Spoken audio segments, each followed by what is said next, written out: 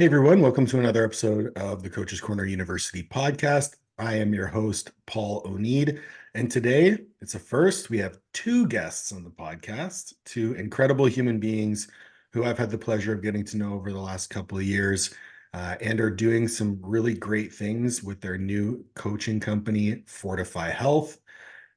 Please welcome to the podcast, Meredith and Sarah. Hey guys. Hi. Hello. Hello.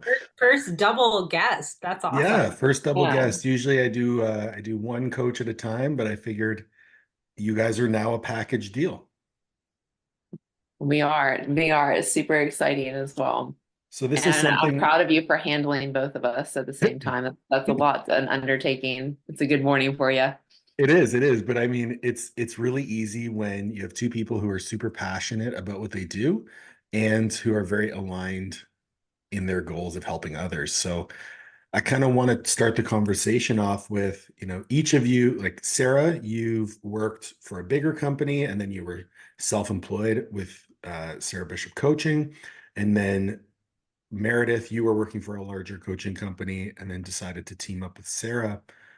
I'm wondering if you could speak to a little bit about how that came about, because I think a lot of people get stuck in one or the other. They're either in Sarah's case where they own their own coaching business and don't want to give it up because they worked so hard on developing this kind of image or brand, or they settle and they say, "Hey, I'm getting fed clients in some cases. I don't have to worry about it. I can just coach my clients."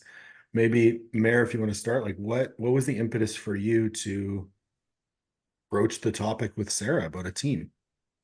Yeah, I think that we've known each other for a couple of years now, and we co-host a podcast along with Sonia Spiel, and we've done that for over 2 years now. So to say that we align on quite a lot, I think is self-explanatory. Yeah, for sure.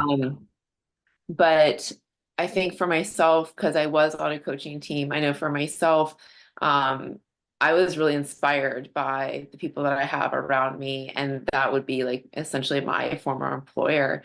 He Mhm. inspired me very much. Sure. I saw everything that he was building and building out. And that definitely inspired me on like, why not? Why can't, I do something? And I wanted to do it with people that I aligned with. Nothing gets me excited more than collaboration. I like collaborating with people. Yeah. I don't think that that has to be for everybody. So I think that needs to be said is not everybody needs to be collaborative in their coaching. If they want to run a solo enterprise, then so be it. But Mhm.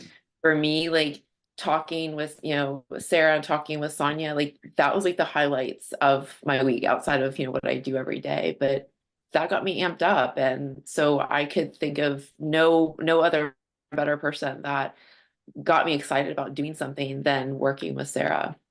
I think taking inspiration from others is really important. And in the case of your former employer, Jason's a stud. Like he's been in this Yeah. forever. He's in the education space, he's in the small business space outside of coaching. He's built up his coaching company, Scooby Prep, into something incredible. And it sounds like you just looked at it and you're like, I want that. And unfortunately, I can't have that if I'm working underneath someone.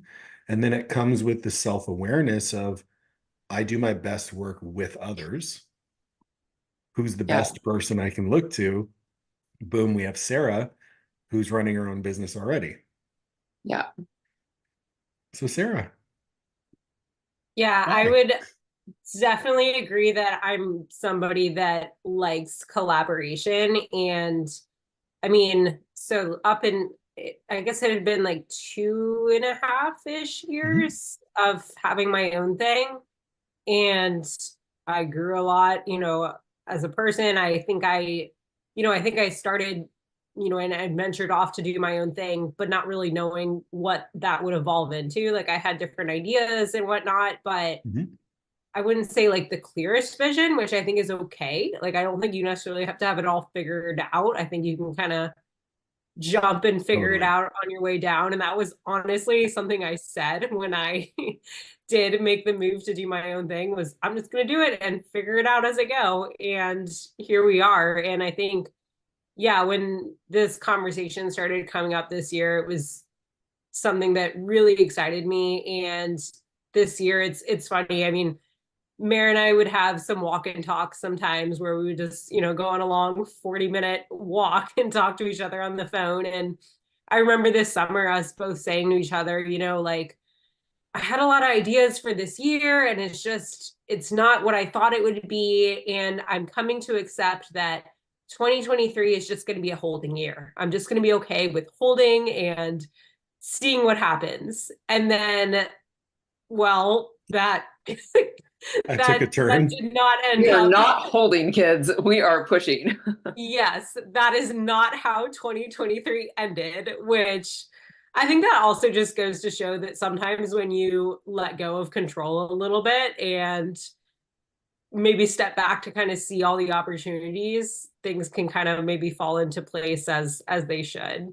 Well, the way I look at it, it's passion driven. So if you kind of relinquish control, focus on your effort, and then align that towards passion, opportunities present themselves, right? They just come.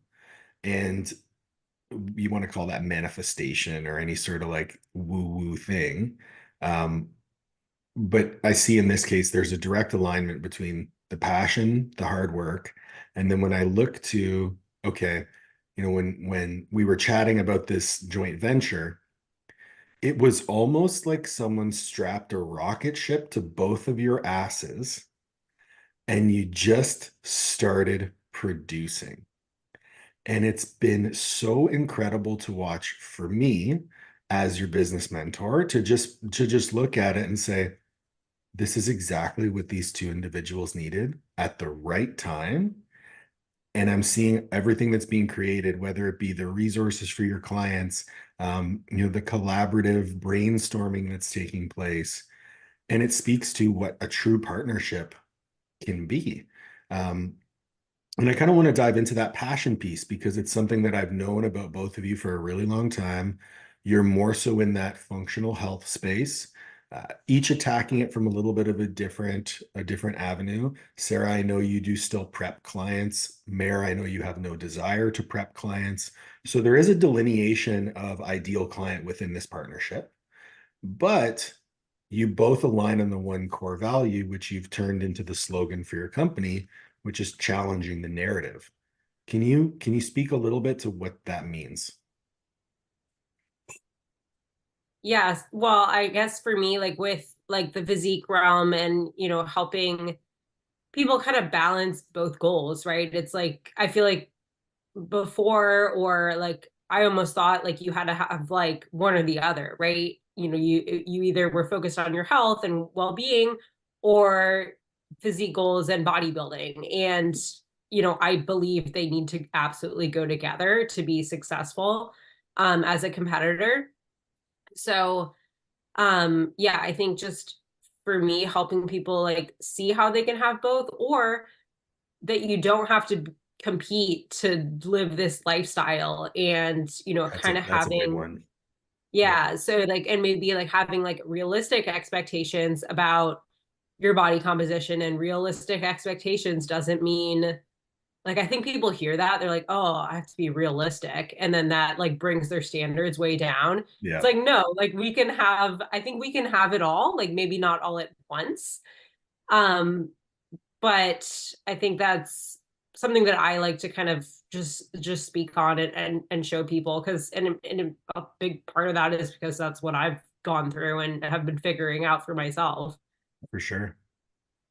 Mary, you have a little bit of a different take on this. I know you get fired Yeah. up really quick on it. Yeah, I definitely have to like probably tame that a little bit. But I'm came from a competing background as well. Even prior to bodybuilding, when I was dancing competitively and traveling the world. So that competitive edge is definitely something that is near and dear to my heart, and not something that I think that, like Sarah said, I don't think that in order to be realistic, that doesn't mean we have to be mediocre. And Put that like on a I know, t-shirt. yeah, that will be our next merch. Yeah, I Um, like it. yeah, like, but for me, it's really important, I think, to encompass that wellness piece. And, I am definitely not a mental health provider, but I think that encompassing that overall physical wellness and hormonal wellness. And I think for me, like digestive and all that, it comes hand in hand. But for me and my background and where I'm at presently, our mission is kind of changing the narrative and changing your narrative. And I think that for me, that drives home because I hear so many people in this industry, this world, and I don't even want to say this industry because I like what Sarah and I do, which is we think beyond circles of bodybuilding or circles of fitness or circles of CrossFit. We really think globally about the human being in this world, and there's just a lot of mixed messages on what is health and what is female's health, and that's obviously for a lot of reasons that we're kind of crawling out from under rocks, and there's too many generalizations. And I think that what Sarah and I enjoy is working with the individual and treating her as such. And for example, um, there can be certain generalities to how a female can feel, might feel at certain phases of her life and certain phases of her cycle. But, Sarah and I are very intent on the fact that if you enter your luteal phase and you feel strong as fuck, or if you have a competition in your luteal phase, it doesn't mean you cancel that because you are just deemed this title of have to be weak and you need to do yoga. However, if you feel that way and that is what your MO has been, then it's absolutely important that we listen into you as one. So I think that that's a really big part of what we do. Yeah, I think as we were going about writing our mission statement and whatnot and rewriting the narrative, that I think it is more so to your narrative, not necessarily the industry narrative. Yeah. Because I mean, at the end of the day, like you have to go inward to make these type of transformations. And we see that as coaches, we've seen that, for ourselves, that a lot of it is calling yourself out on your own bullshit or dropping the limiting beliefs. And that's the narrative that needs to really be written and redefined, redefining, what health means or what your goals, look like, et cetera. Well, I made a post a couple days ago, about it was in relation to business about, if you want to 10x your business, challenge every belief that you have. And I do honestly feel that that parallels everything in life. Whatever goal that you have, our expectations are shaped by the information that we take in. And if someone's coming to you having taken in all this information about what is health, what is performance, what is the ideal body, they've already created this internal narrative that is going to limit their ability to achieve whatever result that they want to achieve. Because funny enough, usually that narrative is the exact opposite of what you need to get progress. So I love that you guys are attacking this from a holistic standpoint, starting with the individual. But it can be really scary as someone who is coming to you for a solution, and your response to them coming to you with a solution is, hey, this is going to be a lot of work.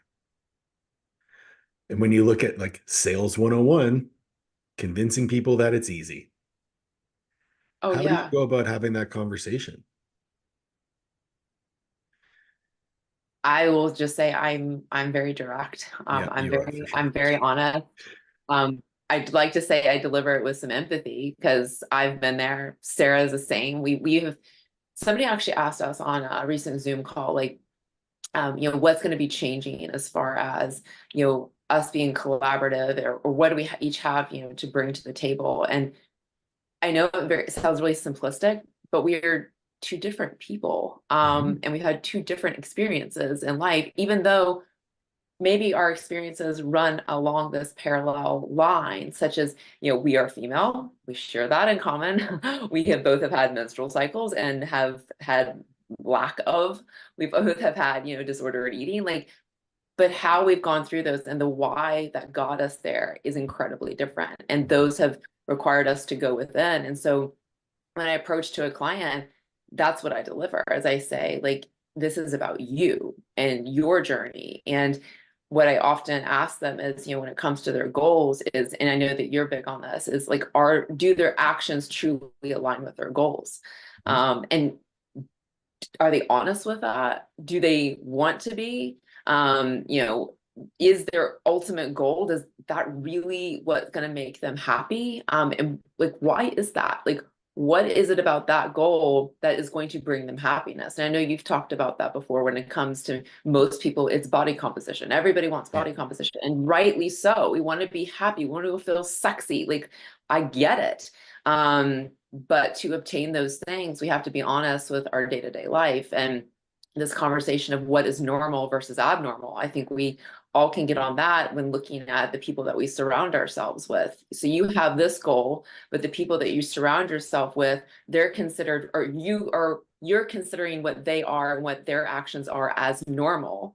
And so for you to obtain your goal, anything you associate around that is abnormal. Well, that's from a place of restriction. That's from a place of fear. That's from a place of,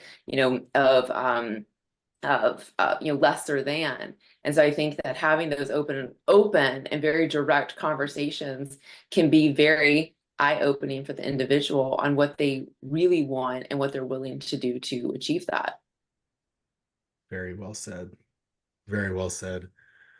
Sarah, you have anything to add on that one? Like the buy-in piece with the client? Yeah, I think maybe I don't always start this way, but it evolves into like, what are you afraid of? Like what, Oh. and Mary kind of just touched on that, is like, because when we're asking people to make, excuse me, these changes, it's, for example, like, let's say something like, we're working on improving your gut health, and we have this constant pattern of alcohol on the weekend and engaging in, not being able to say no, to certain things. And it's like, well, Drinking too much coffee. right. Like, what are you afraid of? Like, we afraid to be uncomfortable? Are we afraid of what other people will think? Yeah. And then we can challenge the narrative, from there, right? I love that it starts with questions. And this is something I speak about quite a bit whenever I'm working with coaches in like a coaching capacity, is teaching motivational interviewing. Like getting people to come to a point where within the conversation, they reach the solution on their own, but you kind of lead them there. And it's so fascinating, the cognitive distortions that take place within someone's head, where they're like, I've done everything. It's like, well, have you tried eating more? Oh, no, haven't tried that. Oh, have you tried tracking your macros? Nope, haven't tried that. But you've tried everything, right? Oh yeah, I've tried everything. Okay. I think the conversation with I've tried everything, I find it really interesting, because I think that people look to others on what others have done as their definition of tried everything, as opposed to looking into, have they tried everything for them? And this is all into like what you consume. So you'll have people that consume information that is solely driven on eating more, doing less, and magical things occur. We feed you, you do less, you lose weight. Oh, the old reverse diet.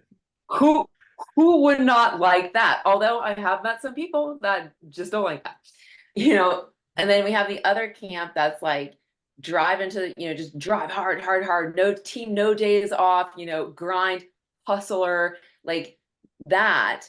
And what I think that everyone's missing, that we're really trying to like bring, is it's your narrative. Like, what have you tried that has worked or has not worked? And that is going to change. And I think that's a conversation I have often with a lot of people, is it's either one extreme or the other, but no one kind of wants to bring into this, this area of gray, or play around in that area of gray for any significant amount of time. And typically it's that gray area that you have the most friction about, because it's the most unfamiliar. Most people are very familiar with extreme restriction. Most people are very familiar with extreme push. It's extremes.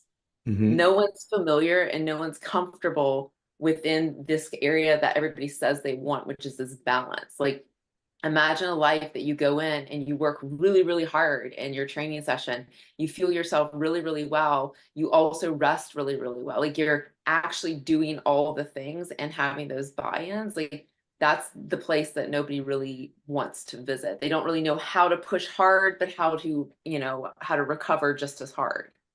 Well, it's not fancy, right? Right. And like Sarah, I'll call into question your experience in the prep world.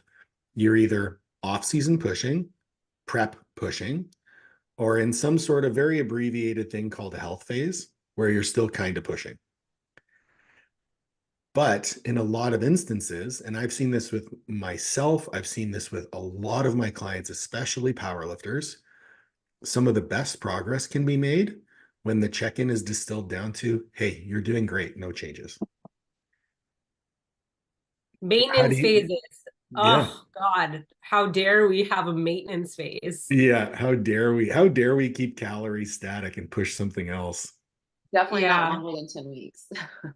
Maintenance phase, it really does need to be renamed, maybe, because For sure. we're we're not like we're never, if you're in the business of getting better, you're never maintaining. Like maybe it doesn't always look like pedal to the metal, but you're always progressing. And I think just the more aware we can be of all the areas we could progress within, I mean, then the opportunities are endless, I right? love that. Yeah, I love that you said that. Yeah. So, and I think we just don't give ourselves time in enough in certain phases, right? Like a building season, or even even prep, or a health phase. It's like you just kind of rush through it or white knuckle it, and you kind of miss those opportunities. It's One like thing, hunting for the next fat loss. I hear that like all the time. Clients like, I can't wait till the next fat loss phase. And I'm like, and I love that. I respect that. But at the same rate, like, are we not appreciating the phase that we're in right now? Like the phase of, hey, guess what? Like, this is the most common is somebody who's been eating 1,200 calories for years on end, having, being miserable, anxiety, depression, no energy. We can all put the pieces together here. And then we actually increase calories, do the reverse, or, the recovery, whichever way you want to go, the recovery diet. You now have calories up to like 2,000 a day. They're the same damn weight, if not dropped. We've done that for maybe like 4 months after how many years of yo-yo dieting, how many years of binging, how many years of restriction. We've done it 4 months, and now guess what?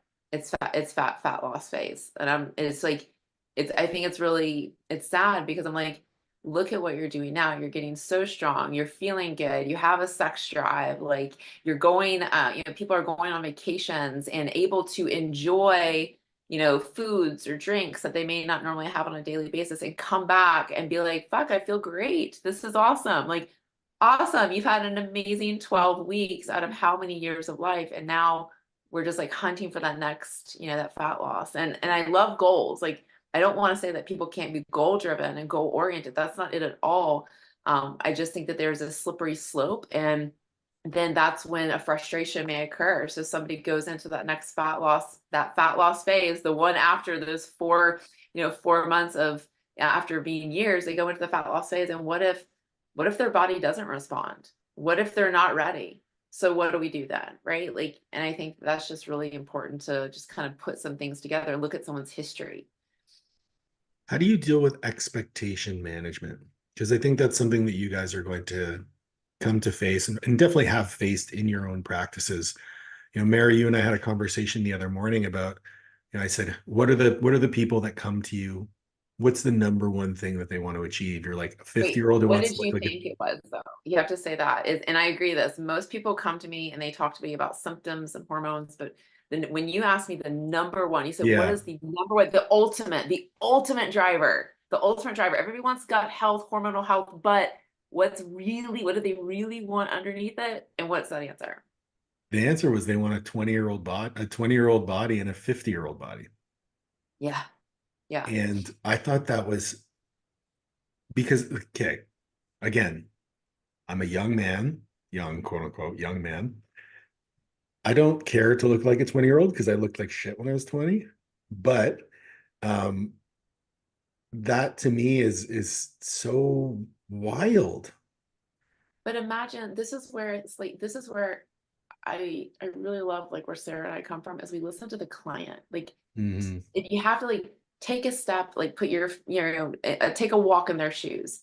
These are the majority females that have been began hunting for that body, that small body. Because now remember, like if we're talking about age demographics, what they were consuming again during that time and what was the norm. And smaller was better. Stronger was not, muscle was fucking not cool. Being an athlete, hardly cool at all. Yeah. And so these women, when they're in their 20s, they were always hunting to be smaller, not stronger. And they have been hunting that, less is more when it comes to eating, be seen, not heard, like, right, that age demographic. And so when these women or in their teens and 20s constantly hunting to be smaller and smaller, they've carried that through and those habits through up until they're in their 30s, 40s, and 50s. So to kind of put a tailspin on that, Yep. that can be massively shaking to their, to all of it that they have known. And then to tell somebody that, hey, it's probably going to take a little bit longer than you're anticipating. And the things that you may want when it comes to that body that has glute tie-ins, like we have to really be thoughtful to number one, what is that person doing? What has their history been to achieve those things? And I never want to tell somebody that they can't achieve their goals, but I just think that number one, honesty on what it's going to take to achieve those. I want to be the person that's honest, straightforward, and tell them, this is what I see for you in the future, and we can absolutely do this, that, and the other, but we need to make sure that our actions are aligning with those things. Yeah, it makes total sense. Sarah, when you're dealing with maybe that client who's post prep or in a prep, that expectation management is even more compounded because there's an end date to that. There's that set end date. What does that conversation look like with them? Yeah, well, I think especially because I work with more like, newer first time, competitors too. It's we're not necessarily going to go pro the first time, right? Like we're not necessarily going to Wait, be what? You're not right. going to go Like, pro your first season? yeah, like you're not going to necessarily look like, that girl you see on Instagram, your first cut. And I mean, I could say this too for like more like lifestyle, people, looking at achieving their goal physique. It's like, do you even like training? Like, do you even enjoy the thing? Are you passionate about the thing that is going to give you this body? And That, I that's the part I think that kills me the most. And not, this isn't necessarily about my clients, but just like in general, um, the social media era, because a lot of the people I work with are in that maybe mid late 20s to like mid 40s age range. And I think social media and like fitness social media culture became, really more popular over the last like 10 years. And with that, like the kind of fitness model body and, competitor body, like that muscular, toned look, whatever. And yeah, it's you have to train to look like that for most people, unless you have, some super elite genetics or maybe came from a sports background. And if you're not enjoying the gym, the expectation, the goal body is not going to happen. yeah, that's one thing that I think, I have the perfect example upstairs. Liv is like, she'll get women approach her all the time, be like, oh my God, you look amazing, you look incredible. And when you go through the conversation of, what did you do to achieve this body? It's like, well, I eat my protein every day. I train like a fucking animal. I get my sleep. I manage my calories. I don't drink alcohol. We don't party. They're like, oh, well, I don't want to do that. So I love we both alluded to the fact that do your habits align with this goal? And are you willing to change those habits to get that goal? Something that I've always said, and please push back on me if you don't agree, because I feel like it's a great opportunity to do so. I really believe that if you want whatever body that you think you want, you can go get it. Okay. I wanted abs my whole life because I was a fat kid. It took me 31 years, but I finally got abs. And you know what I had to do? The first time was eat 1,400 calories a day and do 2 hours of cardio along with weight training. But I got my abs. And that just kind of iterated to me. It's like, I'm going to have to work harder than most people who've achieved that result because of the genetic hand I was dealt. But when people don't realize, they're like, I have this problem, or I have that problem, or it's my hormones. It's like, it might be your hormones, but have you tried the actual things that could potentially get you to this place? You know, I've had this conversation with both of you on a number of occasions where, you know, you're going to get a client who thinks they need a gut protocol or thinks they need some estrogen detox, but they don't sleep, they drink alcohol, they're not eating fruits and vegetables, they're not walking on a daily basis, they don't weight train. So do they really need this complex solution, or is it looking at the low-hanging fruit, unintended? Always for me, always low hanging fruit first. Yeah. And I will speak for Sarah and say she's a low hanging fruit girl too. Yeah, I just had this conversation on the phone with somebody Tuesday. It was just, she was asking, like, well, like, how long do we have to do that phase? Starting with the low hanging fruit phase. And I'm like, well, it depends. Like, As long as you're let's get alive. in there and see, what habits need to change and what lifestyle factors maybe need to be adjusted, and how well you're able to make those changes. Yeah, and Yeah. I'll speak to this. Like, this scenario is not isolated to women. Okay. Every single man that has come to me and said, I want to take PEDs, I'm ready. No, you're fucking not. Because you can't do these very small things. And throwing gasoline on this fire that you've created of your body is going to explode in your face. Yeah. It's one of those hard questions of like, I frame it like this. It's really easy to admit that you've failed when the problem is complex. Right? So if you believe that this complex problem of it's my gut health and I don't know how to fix my gut health, and you've failed and you can't achieve your goal, it's easy to accept. It's like, that's outside my control. But when you're having a conversation with a client and you say, well, actually, it's really simple. You need to sleep more than 5 hours a night. You need to eat fruits and vegetables every day, and you need to prioritize your protein.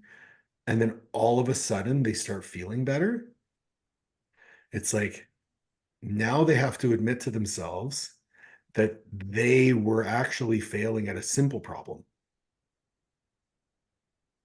Wouldn't it be great if that was like the self-care hype instead of like I don't know, like bubble Cold baths and baths. everything else? Like, wouldn't it just like I actually like made a post like a long time ago and I said, are you fit for duty?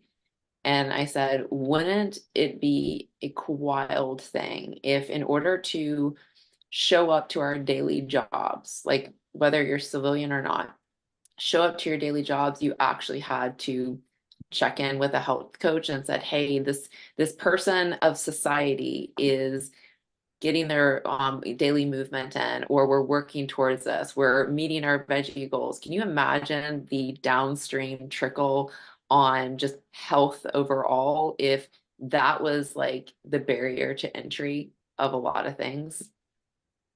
Yeah. Just like put like 5 things on there that had to be checked through, like so much would really change, to be honest. And I think that, to go back to like what you said, like with regards to coming to us for protocols, I I think I can speak for both of us and say the first intervention for either of us is very rarely, a set protocol. And I think that, I can speak that I've definitely come far, and I hope that, anybody, that had worked with any of us, years ago would definitely understand of how much we've come and learned and changed.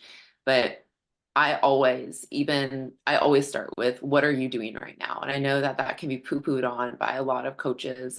Someone's coming to you, they want, to be fixed, and, well, number one, my job's not to fix somebody. That's your job. That's my client. I'm here to help support, educate, all the things. But I also, maybe it's me projecting, but I never want to give a client a list of, you know, $500 worth of supplements when I literally could have just said, hey, you know what? I'm looking at your nutrition. Number one, let's learn how to track appropriately. Let's maybe start eating some veggies. Like, these are free things that they have to do just to live. Like, in order to stay existing as a human being, they have to eat, right? They have Mhm. to drink water. Sleeping has to happen. And so wouldn't it be cool if I can just switch to a couple things that they have to do anyway without bringing anything extra into an already stressful situation, and then looking at all the tools that I have under my tool belt and say, okay, what is going to, knock as many things out as possible and cover as many bases as possible, and really be crafty in those interventions. And I think that that is the hugest thing. And like, Sarah said with her client, and I hear this all the time, is, you know, digestive health phase, hormonal health phase. I'm like, as long as you are living and breathing in this world, congratulations, you have just stepped into like the Narnia. Like, you are going to be here forever. The next level of Jumanji is happening. Congratulations. Here we go. Buckle up. You will always have to look after your health, your hormone health. You will always have to look after your digestive health. This is not a never ending. You don't take a fucking probiotic for 8 to 10 weeks and then congratulations, you like walk the pearly gates. Like, it doesn't happen like that. Like, it's an ongoing thing. Like, and that is where people think it's this on and off wagon. Sorry. Yes. Like, yes, you might get to a place where you can have gluten and dairy again, Yeah, but you're that's not the going to be able goal. to go back to your terrible meal timing and surviving off coffee all day and binge drinking and all of those things. Like, you're gonna have to always chew your food. Like, you're gonna have to, like, kind of Like, keep the structure. that's the cool thing. Like, that's the coolest thing about what we do is, like, our clients are human. Like, this shit happens. I just this year, I cannot even count the number of tragedies my clients have overcome.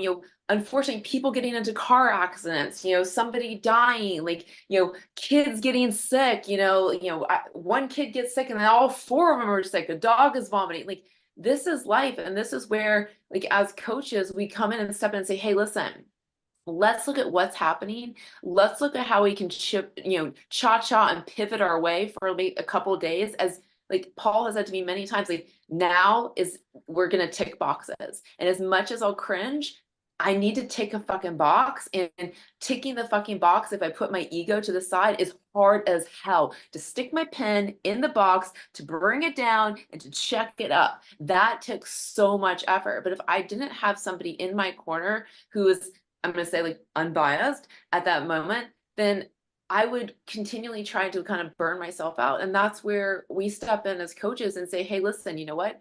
You have these things going on, and I can see how this is affecting you, how it's affecting your health, your hormones, your digestion. Let's do a little pivot cha-cha for right now. It's not necessarily a step back, but it might be a step to the side. And then we're going to keep going forward. Like that is living. Like, that is lifelong. Like, you don't stop that.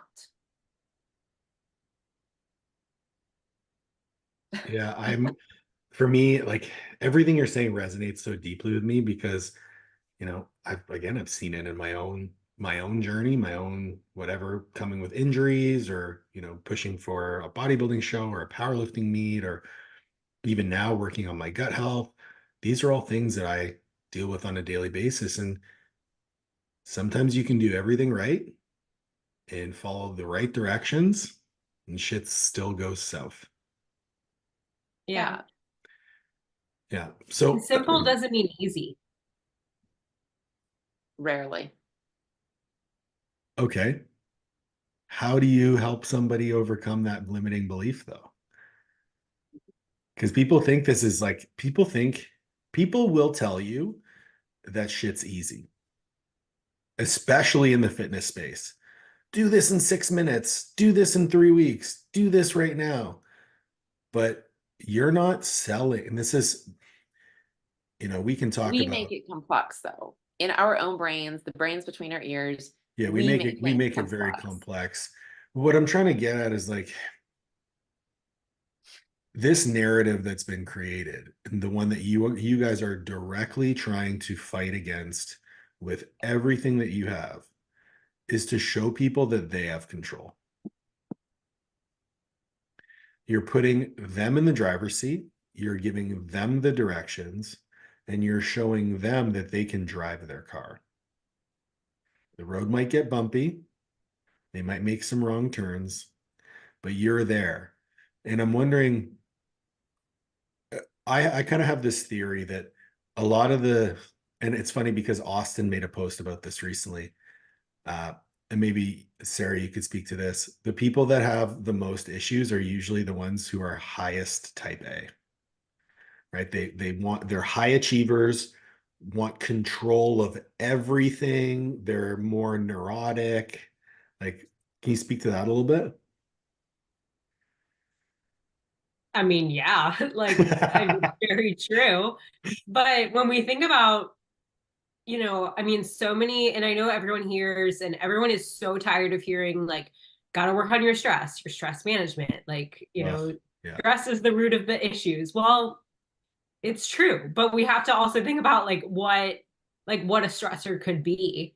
And your own thoughts and that hamster wheel in your mind could be the biggest driver of everything that you're experiencing, and that constant vigilance, because you're always in your head about the next thing or the to-do list, or being perfect, or what other people will think, and that just constant, like, those, that does not stop turning, my body image, like all of it, right? That just perpetual, like, nervous system activation, like, your body always thinks it's running from a tiger. Yeah. But what if they take ashwagandha? It's fine. Right, we got that little blip. Well, and this is like probably the hardest thing when we talk about like what's your root cause, or what's your low hanging fruit. I mean, yeah, like that, like, it could be your low hanging fruit, right? Is you're a people pleasing perfectionist, and you got to work on that. And that's not easy to change if you've been doing it and thinking that way for 25 years. So you guys aren't Or, mental health professionals at all, but like how would you work with somebody to help with that? yeah, well, that's where, yeah, exactly. Like, because I mean, I think all of us on this call have been in therapy, and for I more went than a yesterday. handful of sessions, right? So we know the power of it, but not everyone has experienced that. So, outsourcing and being like, hey, like, I really think, and the way I always talk about like therapy with people is, I think everybody in the world, in a perfect world, we'd all have that person that we could call, just a phone call away, who's objective, who is unbiased, who's a professional that could help us, whether there's a thing that we're diagnosed with, or just, to talk about life with. And I think it's just really powerful. And I mean, it's how we become more introspective, and, can kind of work through those things that are in our head, right? Yeah. You touched on something right there that I think is a very worthwhile discussion, diagnosis. So I feel like a lot of people get attached to these diagnoses and they kind of identify with these diagnoses. I have ADHD, or I have gut dysbiosis, or I have a hormone dysfunction. What I try to shift away from is the language that we use, right? So instead of I am depressed, I'm feeling depressed. right? This isn't part of your identity. It's just we'll call it a season of life, right?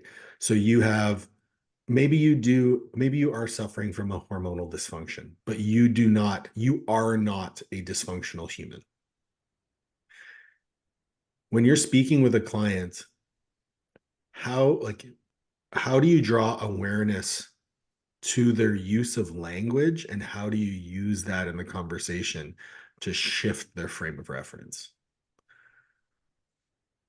I can think of one example, and it's I'm just a lazy person Oh, is maybe one that comes to mind. Like having clients where, I'll ask like, oh, what's the barrier with, making dinner, a balanced meal? And it's like, Sarah, I'm just lazy. And I'm like, the way I reframe that is, are you just lazy, or cooking just really isn't your thing? Like you just don't enjoy cooking, or it's not a priority for you? Because it can be true that cooking isn't a priority for you and you don't want to spend a lot of time in the kitchen, but that doesn't mean you're lazy. And that doesn't mean that we can't make a quick, simple, lazy meal that is supportive of your goals. you ever have those people? This is like, I don't like cooking, or I'm lazy, but I make $1 million a year. It's like, well, you can't make $1 million a year and be lazy, dude or lady. Yeah. Yeah. Well, and then, because then that trickles over to other things. Like you have in the back of your head, oh, you're lazy. So, like, what does that imply? Like, you're Yeah. not capable, like, you're not successful. And Mhm. it goes beyond just your dinner, your meal prep. I think I try to bring awareness to the client when they do these things. Number one, is that what you really think about yourself? Is that true? Because going back to like, the mental health piece, and going back to like what I said about the people that you surround yourself with, most of the things that we have learned have been inherited, right? Oh yeah. Whether that's from our family or extended or not. And so I always ask the client, like, do you really feel that way about yourself? Do you really think you're lazy? Or is it that you got up at 5 a.m., commuted an hour before or after, you got 3 kids ready, took 2 to a sitter because the daycare doesn't actually open until 8, but you have to be at work at 8 to work an 8-hour day to drive back an hour commute? Like, I'll be honest, I wouldn't fucking feel like cooking either. Like, and so I was like, so what's the solution here? Is the solution to call yourself names, to drag yourself in the ground about how of a horrible person and a horrible, mother, boyfriend, husband you are? Or do we have some opportunity to say, hey, listen, let's do a meal prep company? When we go to the store, instead of buying the raw chicken that needs to be prepared, let's go over to that place called the deli that normally has like where they make sub sandwiches, and they have like the fried rotisserie chickens. Let's grab some cooked food. It might cost you a little bit more, but it's also going to save you, one, calling yourself shitty names and feeling bad about yourself, but it's going to save you the time. And this is where convenience comes in. And so I think bringing awareness to, like, do you really think that you're a lazy person? Do you really think, when you're saying people identify with being sick, like, are you really, identifying with that? Do you feel glory in your sickness? I think not. I don't think anybody really relishes in being sick. And so let's say I have a client who has lupus, and she was like, I attribute to, I can't participate in these things because I'm not normal. I'm not a normal 20-something-year-old. And I was like, so let's look at this. There is no solution of eating zucchini, broccoli, or carrots that's going to cure lupus. So that's a story we've told ourselves. Absolutely a story we've told ourselves. However, what we do know is when you do eat single ingredient whole foods, you feel better. That's not from lupus, Right. right? So I think that just not necessarily calling out a client, but helping them think differently, because we are only taught how to think. And a lot of times, again, remembering, looking at who taught us. how is their relationship with their body? How is their relationship with money? Were they in the depression where everything was scarce and they want to, not spend, and so spending on, food, like, was that carried over to you and maybe you hadn't even thought about it that way? Like, I think that just thinking of a little bit bigger and asking yourself questions, which goes back to that introspection, is massive. And then I know something that Sarah and I have been doing, like with our collaboration, is we do refer our clients to providers, whatever provider they need. I just had a client this week, and several times a year, we send out an email and ask our resources and say, hey, I'm looking for referrals for providers. Who better to ask than the people that are in our newsletter community and on social media? Say, if you're willing, if you wouldn't mind to refer who you know. We have built a list. And so I had a client this week where I was able to go in, look to what Sarah added, and I literally was able to copy and paste and say, hey, there might be some differences from state to state. A couple of these are just kind of general telehealth, but this is a starting place for you. If I just hear that they may be interested, or maybe they're not interested, but maybe by me just giving this their way, it can kind of spark something to say, hey, maybe I should, talk to somebody. Because as much as we love our spouses, we love our friends, they're not mental health providers. And we'll also, like, we have to think about, what we're putting onto them as well. And I think that's where Mary and I both see ourselves as health communicators and advocates, because I understand the older I get that not everyone knows how to find a therapist. Like, I know I can call my insurance company. I know that I can go to psychology.com and look up, someone in my area and filter it and all that. But not everyone either knows that or has the capacity at this moment to dive into that for themselves. So if we kind of hold the mirror, or like, hey, let me just grab your hand and let me just show you, because and that goes for mental health, that goes for physical health. And I think that's where maybe we're different, or maybe how we, just show up as coaches. We ask questions, follow up. Did you do this? How was this appointment? My clients know I am on them like water rice. Hey, how did that appointment go? Oh, you didn't book it yet. It's literally been 6 months. And I will ask repetitively, how was that appointment? You didn't book it yet. Let's get that on the list for next week. Okay, you know what? There's a shit ton happening for you. Let's be realistic. December, let's take that off your plate. Let's put a note for January, and in January, let's start looking for that appointment. Like, people get wrapped up in their urgent, which is what they see in front of them. They deal on the day-to-day basis. By the time they leave their urgent of their home to their next urgent of work, they fall through the cracks. They fall behind the stove. And that's where I think us as coaches can come in and not do things for people, but just show them and say, hey, team, I got your back. It's one, it might be okay to feel a little bit weak right now. I got you.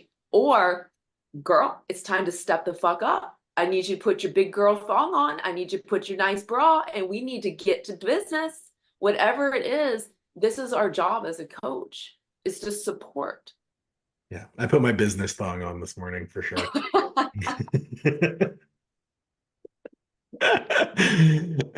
I love that. And like, listen, when you guys are speaking, all I hear is like, I coach people. And that's, people will use the word coach to mean a whole lot of different things now. Someone who writes a program, someone who gives macros, that's a coach. I don't buy it. And if anyone takes anything away from this conversation today, it's that a coach is someone who advocates for their clients, supports them, and holds them accountable. Because, Sarah, you said it. Sometimes we show them. Sometimes we lead them. Sometimes we throw them. But we need to know in what situation, what does this person need in order to move forward? And that can only happen through honest conversations where we hold up a mirror and we say, is this what you really want? And I think the driving force behind Fortify being to change the narrative of that individual.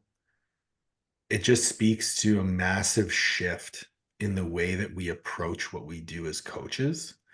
And I think a lot of us need to look in the mirror and say, am I doing everything that I can to support my clients? Do I have a list of providers?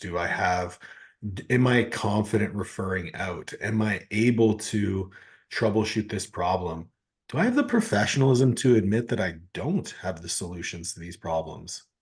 I think that's a big one too. You don't have to raise your hand on a podcast. Well, I know there's like, as we know, like podcasting, like us, like when we're doing our podcast, like we can tend to like talk over each other because there's like a lag, and then we're like, ah, like trying to, so Gotcha. that works well.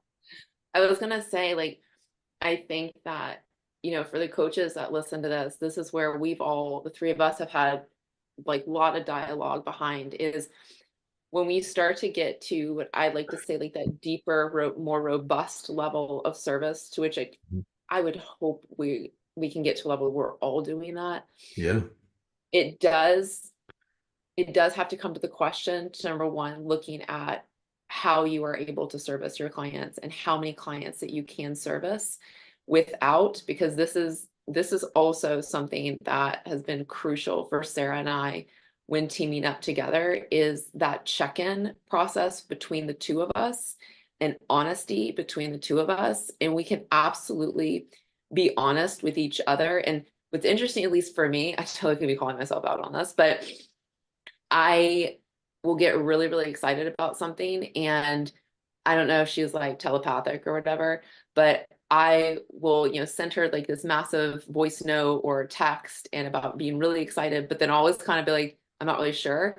And so far it has always worked out that she has been the calm that's like, not this week, or let's look at, this next week. And I think that having somebody to support you, and that's where collaboration works really well, is looking at one, how you're able to really serve your clients to the capacity that you want, and looking at the systems that you have. And that's something that Sarah and I, honestly, that we have been inundated with regard to growing, is our back end and how we can serve to the fullest, and then while not losing ourselves in the process. Because something that you always say about Sarah that I will also always say is she is a product of her product. 100%. And that's something that I want to also, be as much as I can.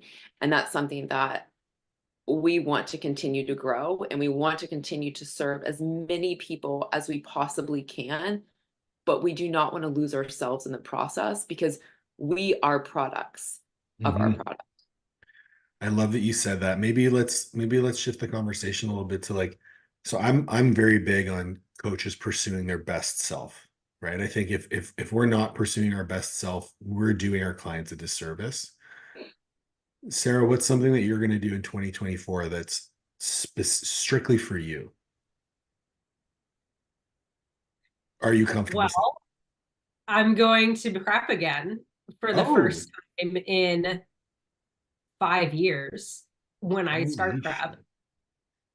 So for me, like, and I haven't really talked about this yet, like in this regard, but for me, this is very personal because my first prep in 2019, it was, let's see if I even like this bodybuilding thing as far as like the prep side of it. Hmm. And I really had no business competing. Like, I was so tiny, but I'm glad I did it because I found out I liked it, and it evolved into something so much more than it was for me in 2018 or 2019. Um, but yeah, I mean, this prep for me, it'll be like, for me, I think it's going to be like my first time to kind of just really, I think, see what I'm made of, like, seeing all like this work. And speaking of like that expectations thing, I've put so many years into this off season, into this building phase. If I don't win, like, yes, we compete to win, but I have to be okay that I may not win. And I have to be like okay with going into this, that you know, yes, I'm going to have these expectations, and yes, I'm going to, you know, shoot for the moon and all that. But at the same time, like, I can't be so caught up in like my worth as a person, or, you know, what other people will think. Like it has to be for me, and it is for me. And otherwise I wouldn't, you know, do this. And yeah, I don't know. I think I'm still kind of, let's see, like it's going to be one of those things where when we talk this time next year, I'll have, you know, more to say about it, maybe something different than I'm saying now, but I'm excited for it because it definitely is something just for me. Well, that resonates with me too, because when I did my show, I'm a competitor. Like I want to win, but I had to understand like I'm not going to win. So I had to redefine what winning the show was for me. And as soon as I did that, it made it a lot more clear. I think it's a little bit different for you having the experience and knowing kind of what you're getting into versus me just kind of diving in head first. But that was one thing where winning for me was just stepping on stage. And the one thing that I could control was like, will my conditioning be better than everyone else's? And I can confidently say that I was the leanest person on the stage. That's all I needed to know. I looked like a square, but I was the leanest person on stage. Um, I love that. Mara, what about you? What's something that you're just going to do strictly for yourself this year, training or otherwise? I think that this next year is about creating who I really am. This has been a wild year Mm-hmm. for me personally. I did lose an anchor into my life this year, and it's probably one of the biggest. Like I've had two big anchors lost in the last couple of years, and I was talking to my husband a lot lately, but last night, and I was saying how I'm really looking forward to carving what who I want to be, Mm-hmm. because I feel like I lost a little bit of that over the years, just taking care of, you know, somebody else and putting all my emotions into that, you know, amazing creature. But this next year, I do want to work on getting stronger. I want to put on a lot more muscle. It's been a little bit of a year for me there, Mm-hmm. but this year is finding myself in all of that I do, but not finding it, creating it. I want to be a powerhouse of a human in business.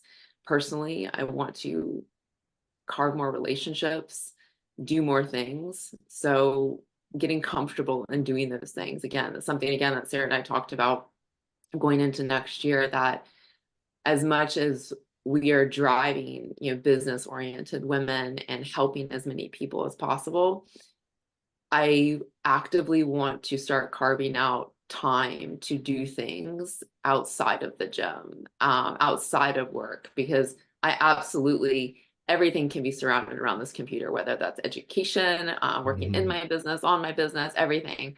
Um, but I do want to carve out things outside. So maybe that's a yoga class, maybe that's a Pilates class. I don't know. But still kind of figuring it out. Well, one thing we said earlier, like talking to clients about like trying different things and living in that gray, I think like just in general, we need to be more okay with playing and exploring and approaching fitness, business, life, like more with that mindset of like curiosity. And like you were just saying, like maybe it's a yoga class. You know, for me, I did a couple pole dancing classes this year. Like just Yeah. like who I, cares? Like, this, you know, like it's okay to suck. It's okay if you hate it. And like I'll talk to clients about this, like, you know, stress management stuff. And I'm like, just give it a go at journaling, or, you know, just you can do some mobility. Like it doesn't have to be anything formal. Just roll around on your floor and just like see what happens. Like it doesn't have to be yeah. so structured and so perfect. Yeah, I'm having fun learning. Like we're learning so much. Granted, some of it can be like, you know, just a little much. We're Yeah. good. Some things we don't want to know, but we're learning a lot, but it's really exciting. And I think the theme the last month has been fuck around and find out in my house. Like that's for the good or for the bad. I love it. And we're having fun with that. So I think just kind of being creative going into 2024 and doing some building. I think you can tell a lot about a coach, or anyone who supports others by the way they support themselves and speak about the work that they do for themselves, because that always carries forward into the work they do for others. I speak a lot about selfishness and how selfishness is actually a virtue, and how the more selfish we can be, the better we can be able to support others. Selfishness does not mean that you like harm others in pursuit of, pleasures or hedonism or whatever it might be. Selfishness just means putting yourself first so that you can be there for others. Like if you don't pour into your own cup, you're not going to be able to pour into others. And I see you both as people who are committed to both ends, right? You're committed to being the best versions of yourself so that you can be the best version for other people. I think that's a great place to end, but I do have some quick hit questions because I think they're funny. The first one is, do you crack an egg on a flat surface or on the corner of a pan? The corner. The corner. Like, who are you? Shame on you. No, flat surface.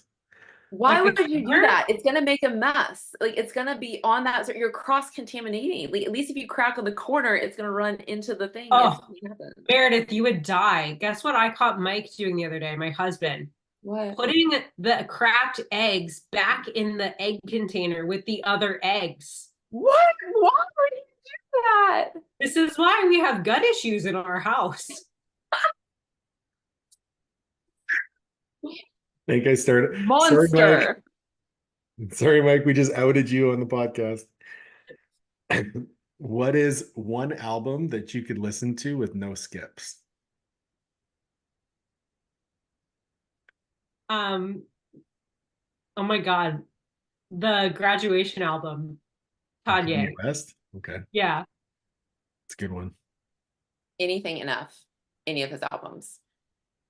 Okay, it's good. What is the scariest thing you've ever done in the gym?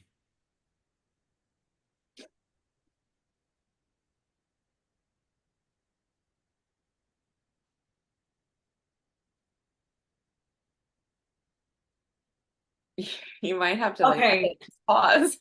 I remember that I like this for me, it was scary at the time. The first time I ever went in the big girl squat rack. Like I remember that day, and I'm lucky enough that I have it on camera. Was Oh, at the USF gym, the first time I ever went in the squat rack. before or after the renovation? I guess I'm after. Okay, I was gonna say because the squat rack was fucking scary before they renovated it. No, this was at the rec center, like downstairs. Yeah, yeah, Yeah. yeah. Okay, I love that. Mare, I've had you do I some don't know. pretty I have scary things. scary. What? I've had you do some pretty scary things. Wait, I'm like, I have, there's been a lot of scary. I can say something that like still scares me that is like completely like silly. Sure. Jumping 2 feet, 2 feet onto a box. Okay, At but is any it like a height. wood box? Like a wood box or It doesn't matter. Okay. It could be a 4-inch box. It is like it's a 2-foot thing. I don't understand why they're jumping 2 feet to 2 feet. And Paul, for those of you who have never seen this man jump on a box, it is the wildest thing ever because he doesn't bend his knees. And I have never seen a guy like get like the air time that he does, and he's like a stick in the air. He just gives like a pogo stick. He's like, and then To he be just fair, lands when the I box. jump, I bend my knees. When I'm in the air, I try to land as tall as possible. Well, I mean, to get off the ground, he bends his knees, but like, I just, and anyway, so jumping 2 feet from the ground onto anything, landing 2 feet, to me is petrifying. But I've done some other petrifying things like that actually are not as silly, but yeah, that's probably the stupidest one. You know, the first time I ever bench pressed, I was also at the USF gym, and someone asked me, "Do you want to enter a bench press competition?" And I said, Did you do "Yeah." it? Did you win? No. What was your bench when you entered the bench press competition? Like, God, I think I made it up to like 210s on each side or something. it's not bad. That's Yeah. amazing. Girl, that's like awesome. How much 85 did you pounds? weigh? Probably barely 100 pounds. Yeah. It's almost That's bench body awesome. weight. Yeah, almost. That's Um, awesome. who is one person that you would like to see on this podcast with the caveat that you have to help me get them on the podcast? Ooh.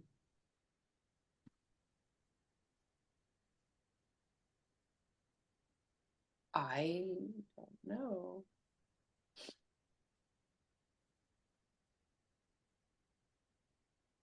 Side note, it's December 21st already.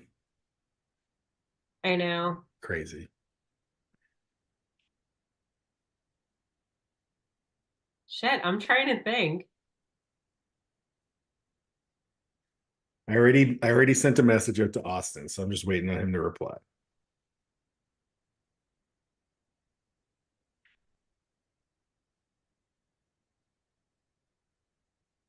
Come on. Dead space on a podcast doesn't really help. You're gonna have to edit this. No, I'm not. Anyone? I don't, what do you want to talk about? All right, we're done here. Thank you very much for joining me, you two.